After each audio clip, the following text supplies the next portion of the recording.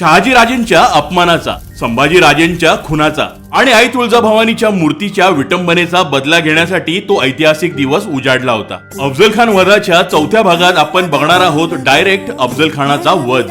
महाराजांनी प्रतापगड किल्ल्याच्या खाली एक मंडप बांधून घेतला होता. खानाच्या लोकांनी तो येऊन बघितलाही होता. मग आला भेटीचा दिवस. महाराजांनी देवदर्शन घेतलं, ब्राह्मणांना दान धर्म केला, हलकं जेवण केलं, मग कपड्याच्या आतमध्ये चिलखत शिरस्त्राण वगैरे घातलं. तोपर्यंत अफजल खान पार गावातल्या आपल्या छावणीपासून भेटीच्या मंडपापर्यंत आपल्या 1500 सैनिकांसोबत निघाला होता. तेव्हा पंताजी गोपीनाथ खानाला जाऊन म्हणाले, अहो इतके सैनिक बघून राजा घाबरेल आणि परत प्रतापगडावर निघून जाईल.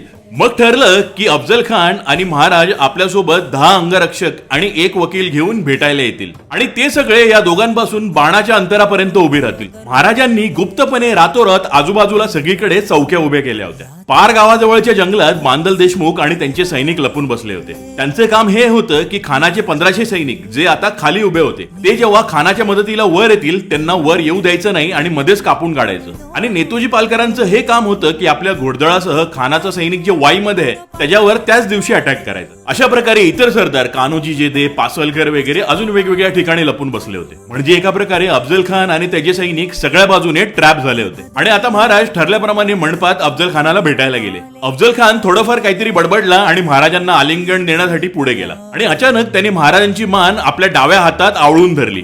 महाराजांनी चपळाईने आपली सुटका केली आणि आपली तलवार खानाच्या पोटात घुसवली. ती तलवार जेव्हा त्यांनी बाहेर काढली त्यासोबतच खानाचे आतडे सुद्धा बाहेर आले. मग खान ओरडू लागला, दगा दगा. मग बाजूलाच उभे असलेले कृष्णाजी भास्कर महाराजांवर धावून आले. त्यांचा वार चुकवून त्यांनाही मारण्यात आलं. तितक्यात खानाचा अंगरक्षक बडा सय्यद हा महाराजांच्या अंगावर धावून आला. तो महाराजांवर वार करणार तितक्या जीवामहालाने बडा सय्यदला कापून काढलं. आता ह्यानंतर झालेली लढाई आपण पुढच्या भागात बघणार आहोत.